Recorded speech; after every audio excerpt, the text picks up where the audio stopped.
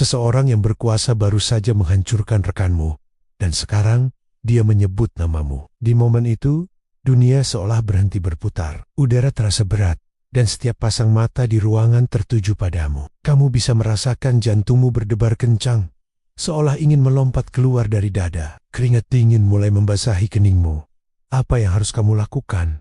Melarikan diri, melawan, atau menyerah begitu saja? Ini adalah skenario yang menakutkan, bukan? Mungkin ini tidak terjadi secara harfiah di kantor atau lingkungan sosialmu, tetapi kita semua pernah menghadapi momen serupa dalam hidup. Momen ketika kita merasa terpojok oleh seseorang atau situasi yang terasa jauh lebih besar dan lebih kuat dari kita. Bisa jadi itu adalah atasan yang tidak adil, kritik pedas dari orang yang kita hormati, atau bahkan suara keraguan di dalam kepala kita sendiri yang terus-menerus mengatakan bahwa kita tidak cukup baik. Pengkhianatan dan tekanan semacam ini bisa terasa seperti pukulan telak yang membuat kita lumpuh. Rasanya lebih mudah untuk menerima kekalahan, untuk percaya bahwa kita memang lemah dan tidak berdaya. Tapi hari ini, aku ingin mengajakmu untuk melihat situasi ini dari sudut pandang yang berbeda. Bagaimana jika momen ini bukanlah akhir dari ceritamu, melainkan awal dari babak baru yang paling menentukan? Pikirkan tentang ini ketika seseorang yang berkuasa mencoba menjatuhkanmu. Itu seringkali bukan karena kamu lemah,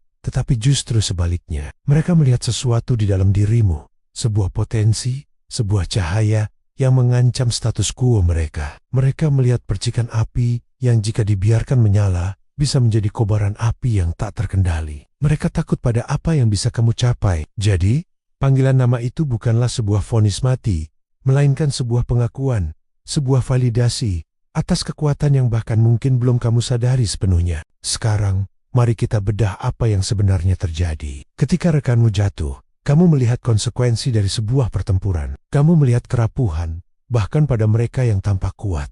Dan ketika namamu dipanggil, kamu diberi pilihan. Pilihan untuk mengikuti jejak yang sama, yaitu menjadi korban atau memilih jalan yang berbeda. Mulai sekarang, jangan panik. Kepanikan adalah reaksi alami.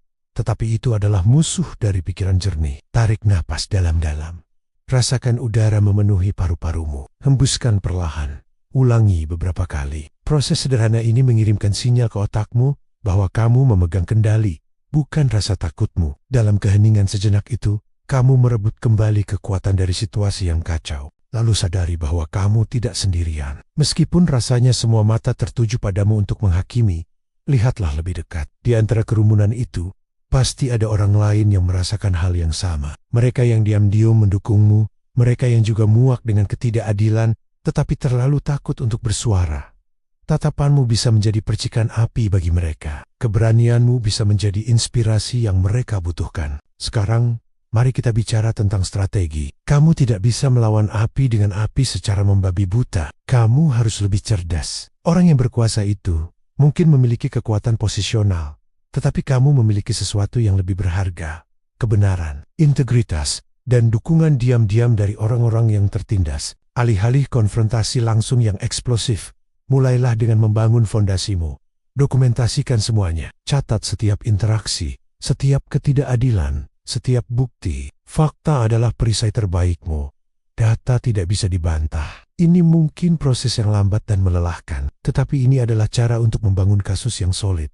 Bukan hanya reaksi emosional. Selanjutnya, bangun aliansimu secara diam-diam. Bicaralah dengan orang-orang yang kamu percayai, satu persatu. Bukan untuk mengeluh, tetapi untuk berbagi perspektif dan mencari kesamaan pandangan. Kamu akan terkejut betapa banyak orang yang memiliki pengalaman serupa dan bersedia membantumu jika mereka tahu mereka tidak sendirian. Kekuatan kolektif jauh lebih besar daripada kekuatan individu. Ingat, sebuah badai dimulai dari satu hembusan angin. Dan yang paling penting, fokuslah pada pekerjaanmu. Lakukan yang terbaik.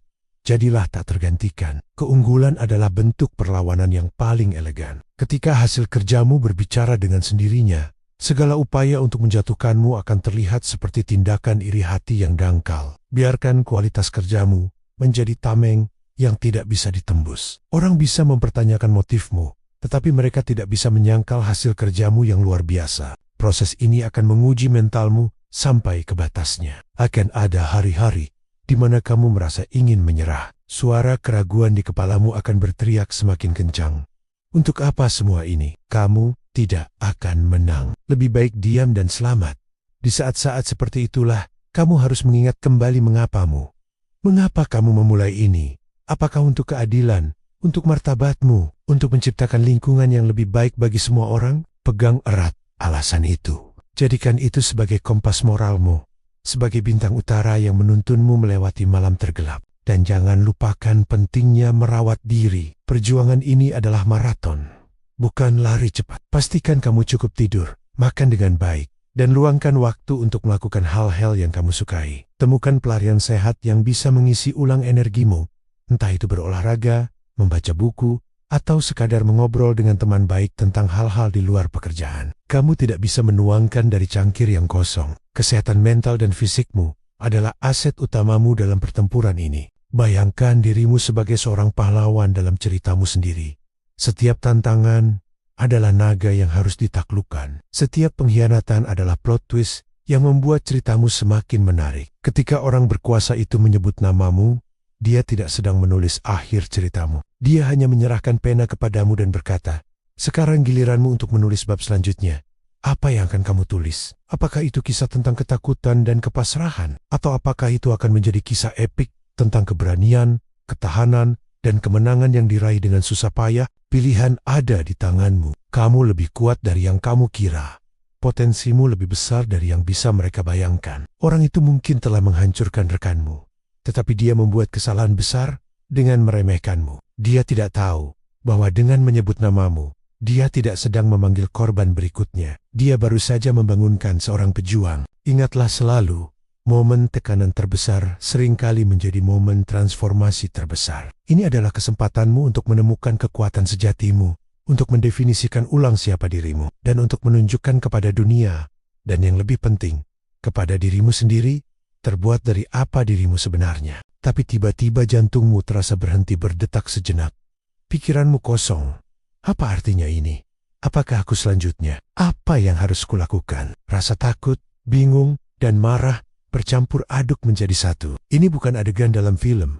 Ini adalah momen kritis yang bisa menentukan arah hidupmu, arah karirmu, dan yang terpenting, arah karaktermu. Saat namamu dipanggil dalam situasi seperti itu, kamu berada di sebuah persimpangan jalan. Satu jalan adalah jalan ketakutan, di mana kamu menunduk, diam, dan berharap badai ini berlalu, tanpamu menjadi korban berikutnya. Jalan lainnya adalah jalan keberanian, di mana kamu berdiri tegak, meskipun kakimu gemetar. Mari kita jujur, insting pertama kita seringkali adalah bertahan hidup. Otak kita berteriak, bahaya, jangan menonjol, ikuti saja arusnya. Ini adalah reaksi alami. Kita tidak ingin menjadi target. Kita tidak ingin mengalami nasib yang sama, seperti rekan kita yang baru saja dihabisi. Kita berpikir tentang cicilan rumah, biaya sekolah anak, atau sekadar kebutuhan untuk menjaga stabilitas. Ketakutan itu nyata, dan ketakutan itu valid. Namun, pertanyaannya adalah, apakah kita akan membiarkan ketakutan itu mendefinisikan siapa kita? Apakah kita akan menjual integritas kita demi rasa aman yang sesaat? Karena mari kita pikirkan lebih dalam. Apa yang terjadi jika kita memilih jalan ketakutan? Mungkin untuk sementara waktu, kita aman. Sang tiran mungkin akan mengalihkan perhatiannya ke orang lain. Kita bisa pulang ke rumah, menarik napas lega, dan berkata pada diri sendiri, syukurlah bukan aku.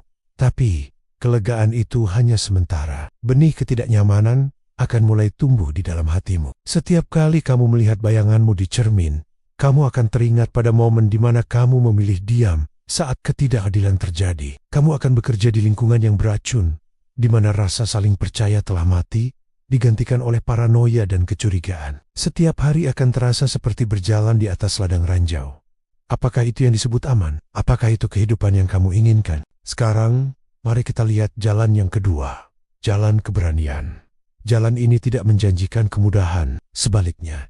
Jalan ini penuh dengan risiko. Saat namamu dipanggil, dan kamu memilih untuk tidak menunduk, kamu mungkin akan menghadapi kemarahan sang penguasa.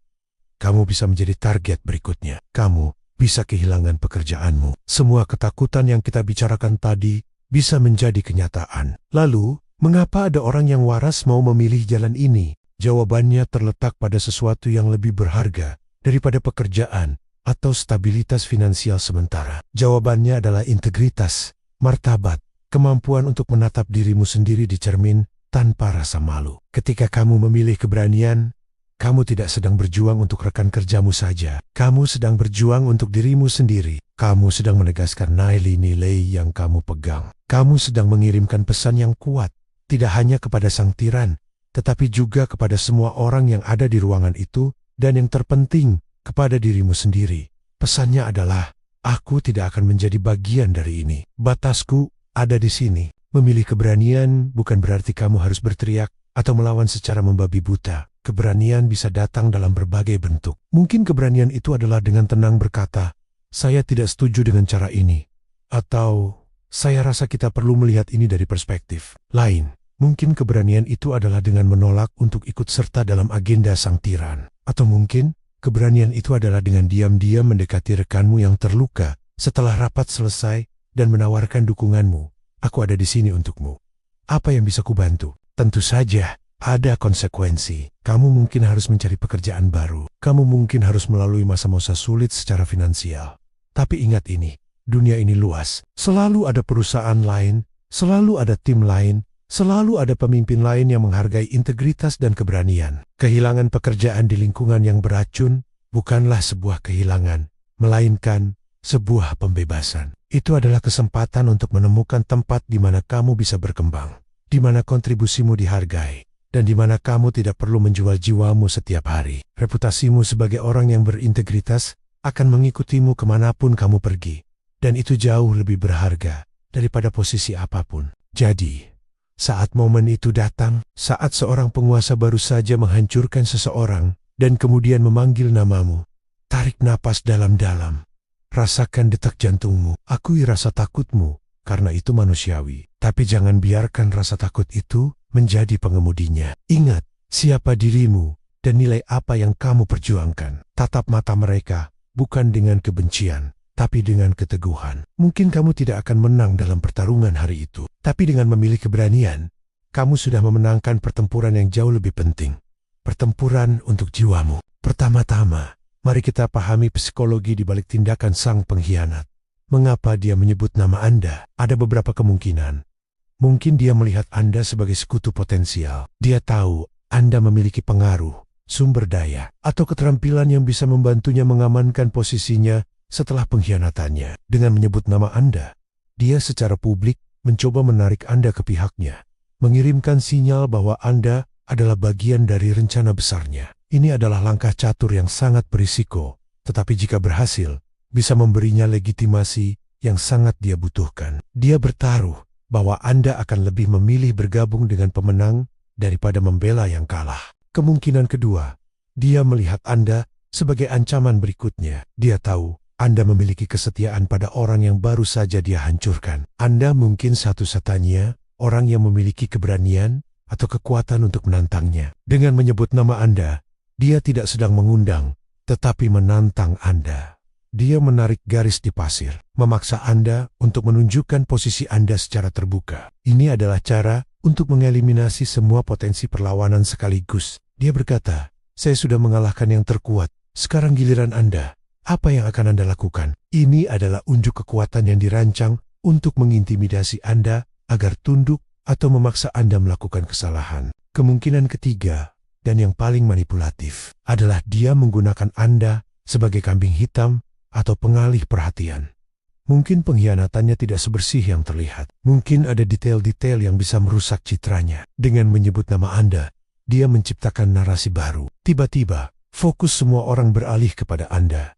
Apa hubungan Anda dengannya? Apakah Anda terlibat dalam rencana ini? Pertanyaan-pertanyaan mulai muncul, dan sementara semua orang sibuk menganalisis Anda, sang pengkhianat mendapatkan waktu berharga untuk mengkonsolidasikan kekuasaannya dan menutupi jejaknya. Anda menjadi perisai manusia baginya, tanpa persetujuan Anda. Sekarang, setelah kita memahami motivasi di baliknya, pertanyaan terbesarnya adalah, apa respons Anda? Reaksi pertama yang paling alami adalah keterkejutan, diikuti oleh rasa takut atau marah.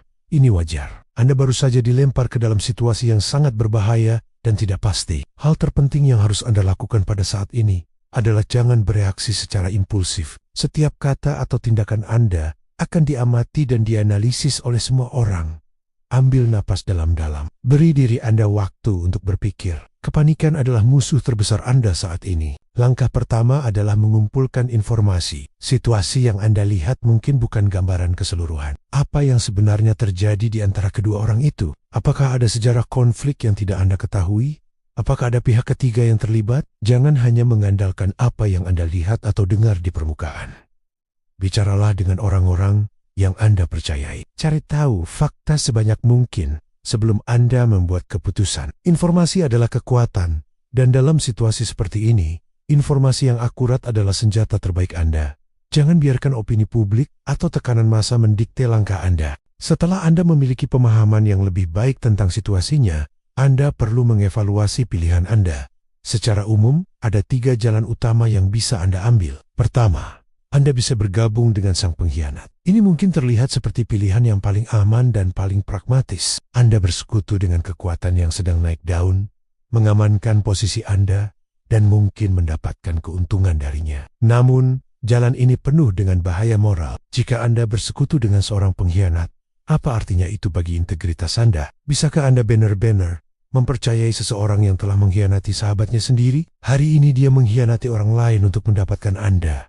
Besok dia bisa mengkhianati Anda untuk mendapatkan orang lain. Pikirkan baik-baik tentang harga yang harus Anda bayar untuk aliansi semacam ini. Pilihan kedua adalah menentang sang pengkhianat secara terbuka. Ini adalah jalan yang mulia, jalan membela kebenaran dan kesetiaan. Anda membela teman Anda yang jatuh dan menantang ketidakadilan. Ini akan membuat Anda dihormati oleh banyak orang, tetapi juga menempatkan Anda dalam bahaya besar. Anda akan menjadi target utama sang pengkhianat. Anda harus siap untuk berperang, dan Anda harus memastikan Anda memiliki sumber daya, sekutu, dan strategi untuk memenangkan perang itu. Ini bukan hanya tentang keberanian, ini tentang kesiapan. Jangan masuk ke dalam pertempuran yang tidak bisa Anda menangkan hanya karena emosi sesaat. Jika Anda memilih jalan ini, lakukan dengan perhitungan yang matang. Pilihan ketiga, dan seringkali yang paling sulit, adalah memilih untuk tidak memilih. Anda bisa mencoba untuk tetap netral, menyatakan bahwa ini adalah konflik di antara mereka, dan Anda tidak ingin terlibat. Ini mungkin terdengar seperti pilihan yang bijaksana untuk menghindari masalah. Tetapi dalam banyak kasus, netralitas adalah ilusi. Seperti yang dikatakan Dante, tempat tergelap di neraka disediakan bagi mereka yang mempertahankan netralitasnya di saat krisis moral. Dengan tidak memilih, Anda mungkin secara tidak langsung membantu sang pengkhianat. Keheningan Anda bisa diartikan sebagai persetujuan. Selain itu, kedua belah pihak mungkin akan melihat Anda sebagai musuh potensial, karena Anda tidak berpihak pada mereka. Menjadi netral seringkali berarti menjadi sendirian, dan sendirian di tengah badai adalah posisi yang sangat rentan. Jadi, bagaimana cara memilih jalan yang benar? Jawabannya terletak pada nilai-nilai inti Anda. Apa yang paling penting bagi Anda? Apakah itu kekuasaan, kesetiaan, keadilan, atau keselamatan? Tidak ada jawaban yang benar atau salah secara universal. Setiap orang harus membuat keputusan berdasarkan kompas moral mereka sendiri. Inilah saatnya Anda benar-benar mengenal diri Anda sendiri. Situasi krisis seperti ini tidak menciptakan karakter. Ia mengungkapkannya. Apapun jalan yang Anda pilih, komunikasi adalah kuncinya. Anda harus bisa mengartikulasikan posisi Anda dengan jelas dan tegas. Jika Anda memilih untuk bergabung, jelaskan alasan Anda. Mungkin Anda melihat visi yang lebih besar untuk masa depan. Jika Anda memilih untuk menentang, sampaikan dasar moral dari perlawanan Anda bela keadilan dan kesetiaan. Jika Anda mencoba untuk tetap netral, jelaskan batasan Anda dengan sangat jelas. Kejelasan akan mengurangi ambiguitas dan mencegah orang lain salah menafsirkan niat Anda. Ingatlah juga tentang pentingnya membangun aliansi. Anda tidak bisa menghadapi situasi ini sendirian. Siapa orang-orang yang memiliki nilai yang sama dengan Anda? Siapa yang juga merasa terancam oleh tindakan sang pengkhianat? Cari mereka. Bangun koalisi. Kekuatan kolektif jauh lebih besar daripada kekuatan individu. Baik Anda memilih untuk melawan atau sekadar bertahan, memiliki sekutu yang bisa Anda andalkan akan membuat perbedaan besar. Sekarang, mari kita kembali ke momen awal. Sang pengkhianat menyebut nama Anda. Seluruh dunia menunggu respons Anda. Bayangkan, ini bukan sebagai sebuah ancaman, tetapi sebagai sebuah kesempatan. Kesempatan untuk mendefinisikan siapa diri Anda. Kesempatan untuk menunjukkan kepada dunia apa yang Anda perjuangkan. Momen-momen seperti inilah yang membentuk warisan kita. Puluhan tahun dari sekarang, orang tidak akan mengingat detail pertempuran itu, tetapi mereka akan mengingat apa yang Anda lakukan ketika nama Anda dipanggil. Apakah Anda akan dikenang sebagai seorang oportunis yang bergabung dengan penindas, seorang pahlawan yang berjuang untuk kebenaran, atau seorang pengecut yang bersembunyi dalam bayang-bayang? Kisah ini juga mengajarkan kita tentang pentingnya persiapan. Kita mungkin tidak bisa memprediksi kapan krisis seperti ini akan datang, tetapi kita bisa mempersiapkan diri kita dengan membangun karakter yang kuat, memelihara hubungan yang tulus, dan memiliki kejelasan tentang nilai-nilai yang kita anut. Orang yang memiliki fondasi yang kuat tidak akan mudah goyah ketika badai datang. Mereka mungkin terkejut, mereka mungkin takut, tetapi mereka tidak akan hancur. Mereka tahu siapa mereka dan apa yang harus mereka lakukan. Pada akhirnya, ketika nama Anda disebut oleh sang pengkhianat, itu adalah panggilan untuk bertindak. Dunia sedang menguji Anda. Ini adalah momen penentuan Anda. Jangan takut. Lihatlah ini sebagai undangan untuk melangkah ke panggung yang lebih besar dan menunjukkan kualitas sejati Anda. Ambil napas, kumpulkan informasi, evaluasi pilihan Anda berdasarkan nilai-nilai Anda, komunikasikan posisi Anda dengan jelas, dan bangun aliansi Anda. Apapun hasilnya, Anda akan keluar dari situasi ini sebagai orang yang lebih kuat, lebih bijaksana, dan lebih mengenal diri Anda sendiri. Pertanyaannya bukan lagi apa yang akan Anda lakukan, tetapi siapa yang akan Anda pilih untuk menjadi. Terima kasih telah menonton. Jika Anda pernah menghadapi situasi di mana Anda tiba-tiba terseret ke dalam konflik, bagikan pengalaman Anda di kolom komentar. Mari kita belajar bersama. Jangan lupa untuk suka, bagikan, dan berlangganan agar tidak ketinggalan konten motivasi lainnya. Sampai jumpa di video berikutnya.